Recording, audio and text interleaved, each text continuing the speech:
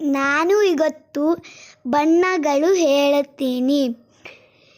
ಕೆಂಪು, ನೀಲಿ, ಹಸಿರು, ಹಳದಿ, ಕಿತ್ತಳೆ ಬಣ್ಣ, ನೇರಳೆ, ಬಿಳಿ, ಕಪ್ಪು, ಗುಲಾಬಿ, ಗಾಢವಾದ ನೆರಳು, ಆಕಾಶ ನೀಲಿ, ಗಾಢವಾದ ನೀಲಿ, ಕಂದು ಬಣ್ಣ, ಗಾಢವಾದ ಕಂದು ಬಣ್ಣ, ಬೂದಿ ಬಣ್ಣ, ಖಾಕಿ ಬಣ್ಣ, ಸ್ವರ್ಣ ಬೆಳ್ಳಿ ಬಣ್ಣ, ಕಂಚಿ ಬಣ್ಣ, ಕಡುಗೆಂಪು ಬಣ್ಣ, ಸಿಂಧೂರ ಕೆಂಪು, ಕೇಸರಿ, ಪುದೀನ ಬಣ್ಣ, ಆಲಿವ್ ಬಣ್ಣ, ವೈಡೂರ್ಯ ಬಣ್ಣ.